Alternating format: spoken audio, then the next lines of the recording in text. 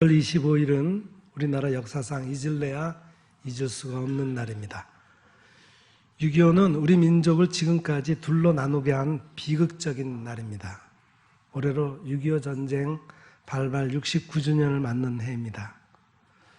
그래서 오늘은 그 참혹했던 전쟁을 기억하면서 우리가 하나님 앞에 어떻게 서야 할지에 대해서 말씀을 들으려고 합니다. 6.25 전쟁으로 말미암아 남북을 합쳐 무려 450만 명의 사상자가 생겼습니다.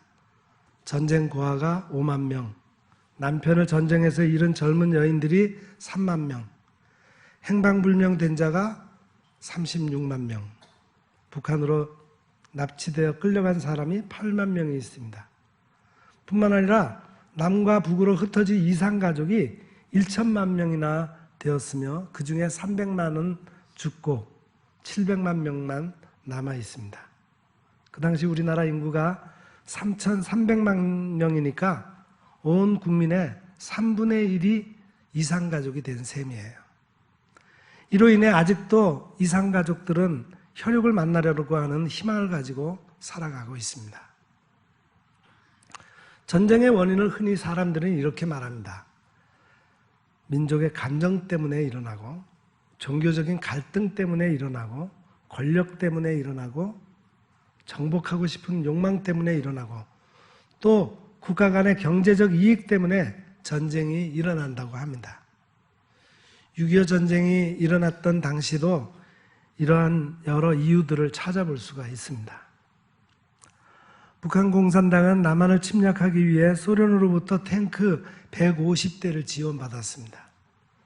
무기도 공급받았어요. 남침을 준비하고 있었습니다.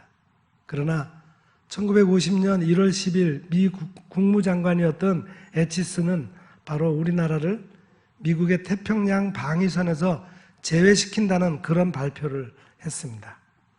그뿐 아니라 국내 사정도 만만치 않았습니다. 수많은 공산당의 영향이 온 남한을 덮치고 있었습니다. 그 가운데 국회까지 영향이 미쳤어요. 무려 64명이나 되는 국회의원들이 프락치들의 영향을 받고 그리고 미군 철수에 서명을 하고 공보를 했습니다. 수많은 정당이 난립했습니다.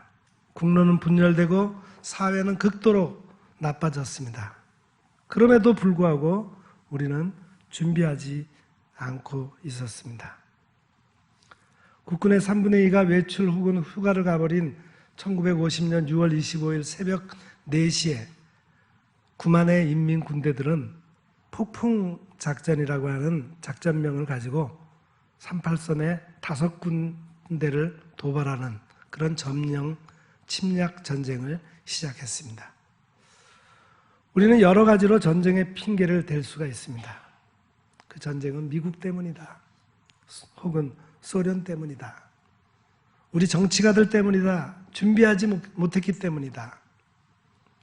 그러나 우리는 성경을 통해서 6.25 전쟁의 의미를 새롭게 조명해 볼 수 있어야 합니다. 성경은 전쟁은 하나님께 속한 것이라고 그렇게 한결같이 말씀하고 있습니다. 다윗과 골리앗의 싸움에서도 우리는 이 진리를 깨닫게 됩니다. 거대한 신장을 가진 골리앗 앞에 선 소년 다윗이 이런 고백을 하면서 골리앗을 쓰러뜨렸습니다. 또 여호와의 구원하심이 칼과 창에 있지 아니함을 이 무리로 알게 하리라. 전쟁은 여호와께 속한 것인즉 그가 너희를 우리 손에 붙이시리라. 전쟁은 하나님께 속해서 하나님이 다스려서 이기게도 할 수 있고 패하게도 할 수 있다는 말씀입니다. 성도는 인류의 모든 역사가 하나님의 섭리 속에 진행되어 간다는 것을 고백하는 사람입니다. 인간의 희로애락은 물론 인류의 모든 역사가 하나님의 손에 달렸다는 것을 우리는 잘 압니다.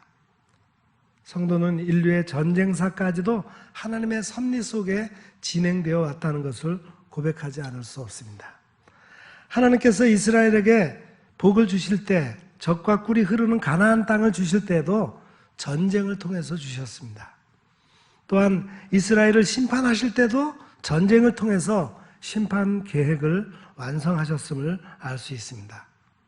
북왕국 이스라엘을 향한 심판은 아수르의 침공으로 그 뜻을 이루셨고, 남왕국 유다의 심판 역시 바벨론의 침공을 통해서 하나님이 뜻이 이루셨음을 우리가 볼 수 있습니다. 오늘 본문의 이야기는 하나님의 백성은 하나님을 버리면 나라의 주권과 함께 부강함도 잃게 된다는 간단하고도 분명한 역사적 교훈을 우리에게 알려주고 있습니다. 하나님께서는 당신의 백성을 결코 그냥 내버려 두시지 않습니다. 당신의 백성이 잘해도 가만 계시지 않고 잘못해도 모른 채 하지 않으십니다. 잘하면 복 주시고 못하면 벌 주시며, 벌 주시다가도 잘못을 깨닫고 회개하고 용서를 빌면은 분노와 징벌을 거두어 주시기도 하십니다. 이런 역사적 사실을 교훈 삼아 하나님을 배반하지 않고 하나님만을 경외하는 신앙으로 나아가시기를 바랍니다. 오늘 본문에서 남왕국 유다 르호보암 왕이 하나님께 범죄했기 때문에 하나님께서 애굽의 왕 시삭을 일으켜 유다 땅을 침공하게 한 사실을 알 수가 있습니다. 남왕국 유다의 르호보암 왕은 예루살렘에서 자신의 왕권을 강화하며 유다 왕국을 다스렸습니다. 그는 유다와 베냐민 땅에 견고한 방어 성읍들을 많이 건축하고 거기에 지휘관을 두어서 양식과 기름과 포도주를 비축하고 모든 성읍에 방패와 창을 두어 매우 강하게 했습니다. 북왕국 이스라엘의 여로보암이 온갖 우상을 위해서 산당을 세우며 레위 지파 제사장들이 제사장직을 수행하지 못하게 그들을 해임하고 일반 백성 중에서도 원하기만 하면은 제사장이 될 수 있다 해서 하나님의 법에 어긋난 제사장을 세우자 온 이스라엘의 제사장들과 레위 사람들이 자기들의 마을과 유업을 떠나서 유다와 예루살렘으로 오게 됐어요. 그때 이스라엘 모든 지파 중에 마음을 굳게 하여 하나님을 찾는 백성이 그들을 따라서 함께 예루살렘의 제사드리러 몰려오게 되었습니다. 그들이 열심히 르호보암을 돕고 백성이 하나님께서 다윗과 솔로몬에게 명하신 길을 갔으므로 르호보암은 그의 재위 첫 3년 동안은 매우 강성하게 되었습니다. 그러나 그렇게 강성해지자 르호보암은 하나님을 버리게 되었고 백성 또한 왕을 따라갔다, 그렇게 본문에서 말씀하고 있습니다. 이것을 가리켜 성경은 여호와께 범죄했다, 그렇게 표현합니다. 대개 사람들은 공부할 때 더욱 하나님께 범죄해버립니다. 어려울 때 더욱 하나님을 멀리해버리는 거예요. 병드니까, 사업이 잘 안 되니까, 가정에 어려움이 다가오니까 더 하나님을 멀리합니다. 그런데 오늘 본문에서처럼 잘 될 때, 즉 강성하게 될 때에도 하나님을 멀리할 수 있습니다. 사실 이 세상의 문제는 인간의 죄의 문제예요. 하나님을 떠나고 하나님께 범죄하는 인간의 문제입니다. 그러므로 하나님을 떠나면 평화가 없습니다. 밭을 갈아도 풍성함이 없고, 그래서 자연만을 탓할 게 아닙니다.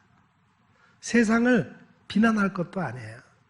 기술의 문제, 능력의 문제, 정치의 문제보다도 더 깊은 곳에 숨겨진 인간의 죄악의 문제입니다. 이 세상이 이렇게 고통스러운 것은 인간의 죄악 때문이에요.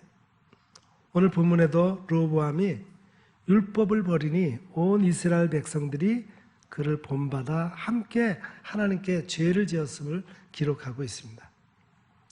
시편 119편 118절에 주의 율례들에서 떠나는 자는 주께서 다 멸시하셨으니 그들의 속임수는 허무함이니이다, 그렇게 시인은 고백했습니다. 여기에 사악한 자들과 주의 율례에서 떠나는 자들에 대한 하나님의 심판이 있습니다. 그들은 다른 규칙을 그들의 법도로 삼고 하나님을 다스리는 자로 모시지 않으려고 합니다. 하나님의 율례에서 떠나는 모든 것은 확실히 하나의 실책이며 치명적인 것으로 판명될 것입니다. 하나님의 율례를 버리고 하나님이 하신 말씀을 업신여기고 멸시하면 하나님도 그들을 멸시하고 버리십니다. 본문 1절을 다시 보면은 르호보암의 나라가 견고하고 세력이 강해짐에 그가 여호와의 율법을 버리니 온 이스라엘이 본받은지라. 여기서 우리는 견고하고 강해짐에 라고 하는 이 두 단어를 주목해 볼 필요가 있습니다. 이것은 우리 인간의 큰 약점이에요. 차라리 약할 때는 하나님을 더 의지합니다. 차라리 없을 때는 하나님을 더욱 사랑합니다. 그런데 조금 있어지니까, 조금 강해지니까 하나님 앞에 교만한 태도를 가지는 겁니다. 어느 교회를 가든지 교회 안에서 말썽을 일으키는 사람들은 초신자들이 아니랍니다. 그래도 조금 교회를 오래되는 사람들이 문제를 일으킨대요. 처음에 교회 나올 때는 그렇게 예수님이 좋습니다. 성도들도 좋고 목사도 좋습니다. 그런데 그것이 끝까지 이어져 가야 되는데 조금 신앙의 연조만 붙으면 끝이 안 좋아집니다. 신앙생활을 제대로 배워나가고 신앙이 제대로 성장해 나가는 것은 무엇으로 알 수 있냐면은 시간이 갈수록 더욱 겸손해진다는 거예요. 신앙의 성장과 겸손함은 정비례합니다. 신앙이 바로 성장하면 할수록 겸손함이 더욱 더해갑니다. 하지만 겸손하지 못하고 급기야 율법을 버리면, 즉 하나님의 말씀을 따르지 않으면 하나님도 그들을 버리십니다. 곧 전쟁을 일으켜서 심판하신다는 거예요. 하나님께 범죄하면 하나님께 버림을 받는다는 것은 성경적인 사실입니다.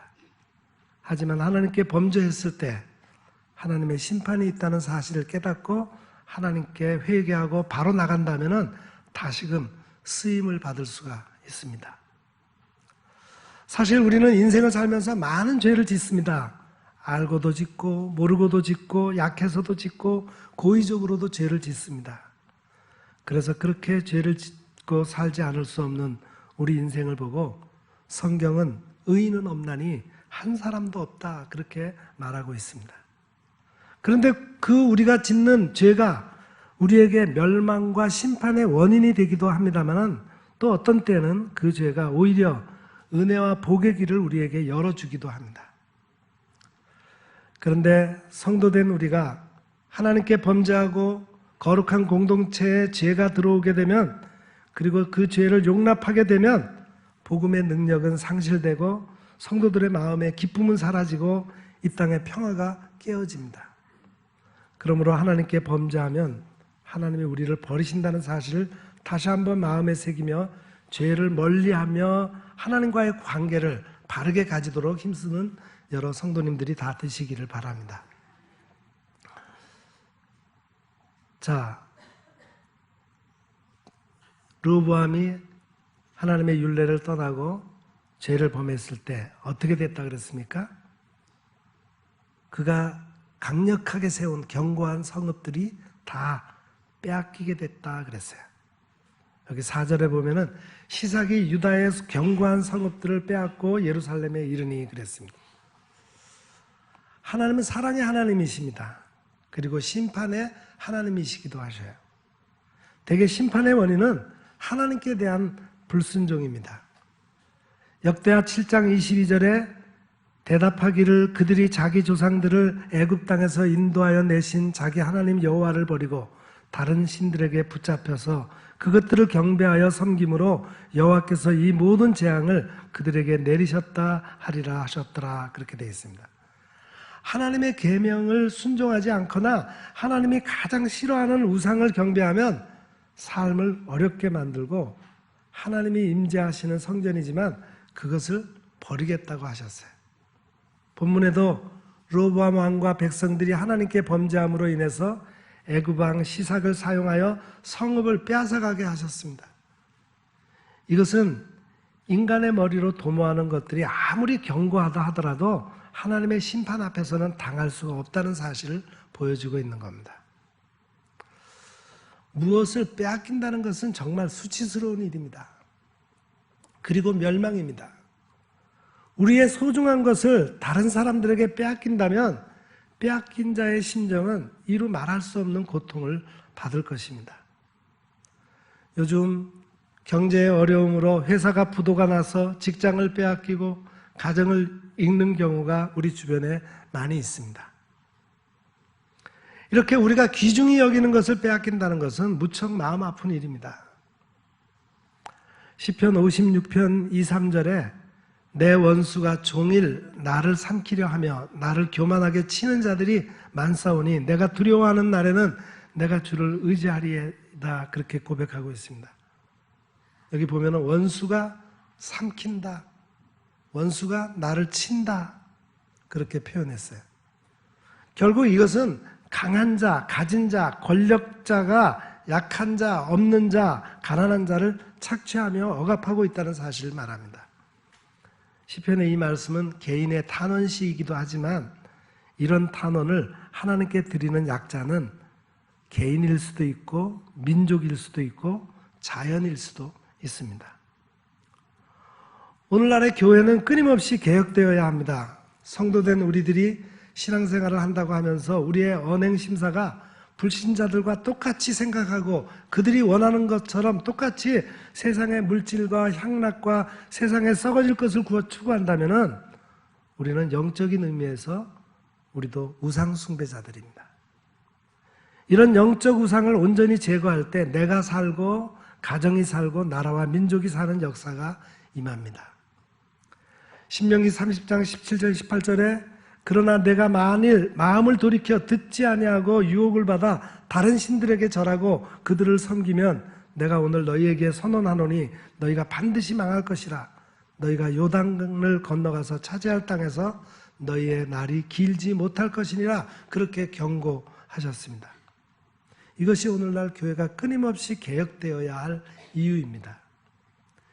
인간의 타락적 본능과 사탄의 끊임없는 유혹과 미혹이 있기 때문이죠. 강력한 믿음으로 요단강을 건너서 오직 믿음으로 여리고를 무너뜨리고 가나안 땅을 정복해서 대국을 이룬 이스라엘도 결국은 신앙이 변질되어 하나님을 떠나고 우상을 섬기고 쾌락을 추구하게 됩니다. 마찬가지로 지금 우리도 계속해서 신앙의 변질의 위협 속에서 살고 있음을 시인해야 합니다. 우리는 우리 자신도 느끼지 못할 정도로 아주 은밀하게 진행되는 사탄의 전략에 빠져서 선악과를 따먹었던 아담과 하와처럼 하나님께로부터 받은 온갖 축복을 송두리째 빼앗길 상황에 처해 있음을 알아야 합니다. 우리가 이 중대한 사실을 외면하게 된다면 우리는 곧 땅을 치며 후회하게 될 날을 맞이하게 될 것입니다. 예수님은 우리를 구원하시기 위해 하늘 영광을 버리시고 이 땅에 오셔서 자기 목숨을 우리를 위해 대신 져주시고 그 보배로운 피를 한 방울도 남김없이 쏟아서 우리를 구원해서 하나님의 자녀로 삼아 천국에 들어갈 소망을 주셨습니다. 이러한 소망을 굳게 지키기 위해서 오늘도 여전히 영적 전쟁에 우리가 강하게 서 있어야 됩니다. 세상을 정복하려는 자들은 먼저 영적인 공격을 받습니다. 사탄은 그리스도인들이 위대해지는 것을 싫어합니다. 그래서 영적으로 공격합니다. 하나님을 멀리하게 합니다. 성공할수록 신앙을 떨어지게 합니다. 일이 바쁠수록 기도하지 않게 합니다. 그래서 무능한 그리스도인으로 만들어버립니다. 베드로전서 5장 8절 9절에 근신하라, 깨어라, 너희 대적 마귀가 우는 사자같이 두루다니며 삼킬 자를 찾나니 너희는 믿음을 굳건하게 하여 그를 대적하라. 이는 세상에 있는 너희 형제들도 동일한 고난을 당하는 줄 알미라, 그랬습니다. 우리가 사탄에게 이기지 않으면 지게 돼 있어요. 빼앗지 않으면 빼앗기게 되어 있습니다. 우리가 이기기 위해서는 먼저 사탄을 이겨야 합니다. 사탄은 믿는 사람들이 절대로 성공하는 것을 그냥 내버려 두지 않습니다. 우리가 믿음에서 승리하고 기도에서 승리할 때 하나님께 쓰임받는 사람이 될 수 있습니다. 하나님께 범죄하면 성읍을 빼앗기는 것처럼 오늘도 성도된 우리가 하나님께 범죄하면 우리가 가지고 있는 모든 것을 빼앗기게 하십니다. 하나님께서 우리에게 주신 것들을 빼앗기지 않기 위해서 어떤 상황 속에서도 율법을 버리는 죄를 짓지 아니하고 하나님의 말씀에 순종해서 복된 삶을 살아가는 성도들이 되시기를 바랍니다. 마지막에 오늘 본문에서 볼 수 있는 것은 르호보암과 유다 모든 예루살렘 사람들이 율법을 버리고 하나님을 따르지 아니할 때 그들이 하나님께 버림을 당하게 된다는 거예요. 여기 마지막 절에 그랬어요. 그때 유다 방백들이 시삭의 일로 예루살렘에 모였는지라 선지자 스마야가 르호보암과 방백들에게 나와 이르되 여호와께서 이와 같이 말씀하시기를 너희가 나를 버렸으므로 나도 너희를 버려 시삭의 손에 넘겼노라 하셨다 한지라. 19세기 초에 미국의 무신론 철학자 잉거솔이라고 하는 분이 있습니다. 그가 어느 날 청중들을 광장에 모아놓고 무신론 강연에 열변을 토했어요. 강연이 절정에 도달했을 때 그는 매우 흥분한 어조로 하나님께 정면 도전장을 냈습니다. 신이여, 내가 앞으로 당신에게 5분간 시간을 주겠어. 나는 5분 동안 당신을 저주할 것이요. 만약 당신이 살아있다면 나에게 형벌을 내리시오. 그리고 나서 그는 5분 동안 입에 담을 수 없는 저주로 신을 모독하는 발언을 했습니다. 그렇게 5분이 지났는데도 아무 이상이 없자 그는 의기양양한 목소리로 이렇게 외쳤습니다. 여러분 보셨죠? 이만하면 신이 존재하지 않는다는 사실이 충분히 입증된 것이요. 그때 광장 뒤편에서 잠잠히 듣고 있던 한 노인이 연단으로 나와서 이렇게 말했습니다. 나는 크리스천입니다. 내가 감히 당신의 연설에 대해서 한마디만 평가하겠습니다. 당신은 오늘 신이 존재하지 않는다는 것을 증명한 것이 아니라 당신이 신과 아무 상관이 없는 사람이라는 것을 입증한 것에 불과합니다.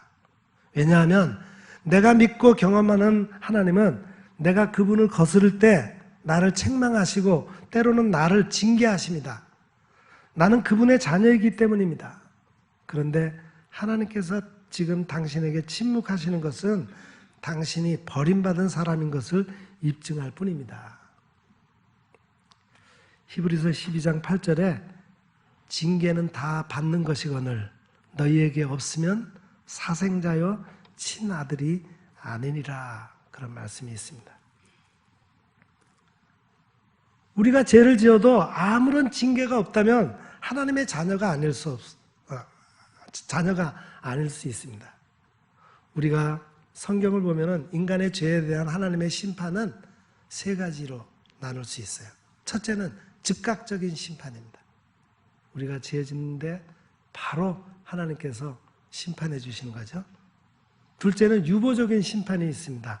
우리가 회개할 때까지 하나님께서 긍휼과 자비로 기다려 주십니다. 셋째는 유기적인 심판입니다. 인간이 무슨 짓을 하든 그냥 내버려 두시는 저주입니다. 생각해 보시기를 바랍니다. 이 마지막 유기, 그대로 내버려 둔다 하는 것은 정말 무서운 심판입니다. 하나님은 죄를 깨닫지 못하거나 회개하지 않는 사람을 내버려 두신다는 점을 사도 바울은 로마서 1장에서 3번이나 거듭 강조하고 있습니다. 하나님께 버림받는 것만큼 비참하고 무서운 심판이 어디 있겠어요? 이것이 유기적 심판 또는 유기적 형벌이라고 합니다. 우리는 언제나 하나님의 말씀에 집중하여 하나님의 경고에 귀를 기울여야 합니다. 언제나 하나님의 약속이 있는 곳에는 항상 경고도 따르고 있음을 알 수 있습니다.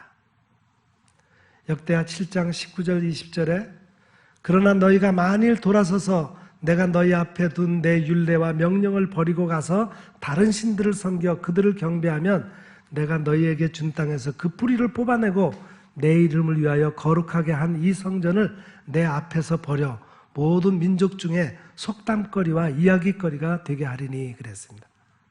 이 말씀은 교회도 망하는 수가 있다는 말입니다.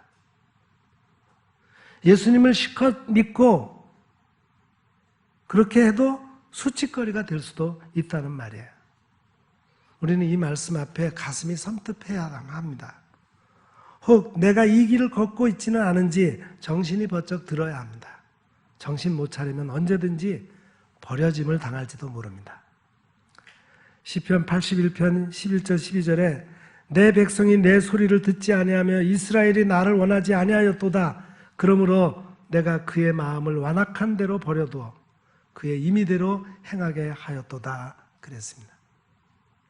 이스라엘 백성들은 하나님의 은혜를 잊어버리고 그분의 말씀을 듣지도 않고 원하지도 않았습니다. 그래서 하나님께서는 그들의 마음이 완악함을 보시고 그냥 내버려 두신다고 말씀하셨습니다. 하나님께서는 범죄한 자 때문에 분노하셔서 징벌 가운데 내버리십니다. 시편 60편 1절에 하나님이여 주께서 우리를 버려 흩으셨고 분노하셨사오나 지금은 우리를 회복시키소서 그랬습니다. 여기 버려라고 하는 말, 버리다, 악취를 내다라는 뜻이고 흩으셨다라고 하는 말은 깨뜨리다, 파괴하다라는 그런 뜻입니다. 둘 다 사람의 힘으로는 뒤바꿀 수 없는 그런 상태를 뜻합니다. 그 원인은 하나님께서 이스라엘에 대해서 분노하셨기 때문입니다. 본문에서 르호보암 왕이 율법을 버렸고 백성들은 그것을 그대로 따르게 되어 그 일이 하나님께 범죄가 되어 시삭을 통해 견고한 성읍을 빼앗게 한 것은 곧 너희가 나를 버렸으므로 나도 너희를 버려 시삭의 손에 넘겼노라 하셨습니다. 이제 우리는 이것을 거울로 삼아서 하나님께 범죄하지 않기 위해 경건 생활에 힘써야 하겠습니다. 우리가 멀리 미래를 바라보면 경건 생활만이 제일 큰 저축이 됩니다. 경건한 삶은 시험이 올 때 이기는 힘이 있습니다. 그러나 경건하지 못한 물질이나 육체는 평상시에는 잘 몰라도 시험이 오면 견디지를 못합니다. 사업에도 불경기가 오듯이 경건하지 못한 사람을 버리시는 때가 한 번씩 옵니다. 경제에게만 오는 것이 아닙니다. 정치, 사회, 교회 모든 곳에 오기 때문에 그때 경건이 없는 사람은 하나님께서 쓸어버리십니다. 환난이나 불행으로 다 쓸어버림을 당하게 됩니다.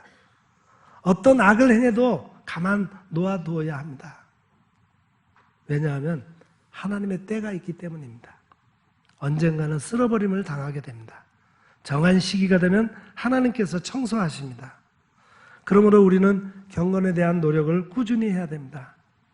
경건 생활은 기도와 말씀입니다. 성경에 나오는 초대교회 경건한 생활은 항상 성경을 읽고 묵상하고 또 기도하는 생활이었습니다. 버림을 당하지 않기 위해 지금보다 좀 더 경건 생활, 즉 말씀과 기도에 힘쓰는 여러 성도님들이 되시기를 바랍니다. 사랑하는 성도 여러분, 우리가 그 참혹했던 6.25를 기억하면서 꼭 기억해야 할 것은 전쟁은 하나님께 속한 것이라는 겁니다. 전쟁은 하나님의 백성들이 하나님을 버릴 때 하나님께서 일으키십니다. 에스겔서를 보면은 하나님께서 남왕국 유다의 멸망은 이 땅을 위하여 성을 쌓으며 성 무너진 데를 막아서서 나로 하여금 멸하지 못하게 할 사람을 내가 그 가운데서 찾다가 찾지 못해서 그 나라가 멸망이 되었다고 그렇게 말씀하고 있습니다. 하나님께서 진노를 쏟아 부음으로 멸망했다고 말씀합니다. 하나님은 이방 민족을 세워서 전쟁으로 하나님의 백성을 심판하셨습니다. 현재 우리나라는 좌우의 이념 대립으로 상당히 불안정한 정국입니다. 북한 핵을 둘러싼 강대국 간의 줄다리기, 미중 무역 전쟁 가운데 우리 정부는 어디에다 맞춰야 할지, 어디에 춤을 춰야 할지 갈피를 못 잡고 있습니다. 이런 때 우리가 나라를 위해서 무엇을 할 수 있겠습니까? 각자의 자기 소신에 따라 자기 의견을 피력하고 그에 안 맞으면은 촛불을 들고 나가거나 태극기를 들고 나가야 해결이 되겠습니까? 절대로 그 방법은 아닙니다. 인간의 노력, 기발한 정책, 그 어떤 것도 이 불안한 전국을 해소할 수 없습니다. 오직 하나님의 백성이 하나님의 말씀에 따라 바르고 경건하게 살아내므로 하나님께서 이 나라를 버리지 않도록 하는 것이 유일하게 우리가 살 수 있는 길입니다. 깨어 기도함으로 우리의 사정을 낱낱이 하나님께 아뢰며 하나님께서 이 나라를 버리지 않도록 간구해야 합니다. 날마다 말씀을 묵상하며 하나님이 원하시는 대로 어려운 이웃을 돌보며 사랑을 나누며 바른 삶을 살아갈 때 하나님은 절대로 이 나라를 참혹한 전쟁 가운데 내버려 두지 않으실 것입니다. 기도하겠습니다. 사랑하는 하나님, 우리 민족의 쓰라린 역사인 6.25 전쟁 발발 69주년을 맞아 민족의 과거 하나님 앞에서 잘못된 것을 돌아봅니다. 해방과 자유의 기쁨을 주셨지만 정권 야욕의 정쟁을 그치지 않았고 신앙인들마저도 서로 갈라져 싸운 결과 그것이 하나님의 채찍이었음을 알게 되었습니다. 오 하나님, 지금 우리나라의 상황도 그때와 크게 다를 바가 없어 심히 불안을 떨쳐버릴 수가 없습니다. 우리 그리스도인들과 교회가 하나님 앞에서 먼저 바로 서게 해 주옵소서. 우리가 물질 만능 우상 숭배에서 벗어나 하나님의 말씀을 따라 지켜 순종함으로 하나님의 진노의 손길을 막아서는 자들이 다 되게 해 주옵소서. 예수님의 이름으로 간절히 기도드립니다. 아멘.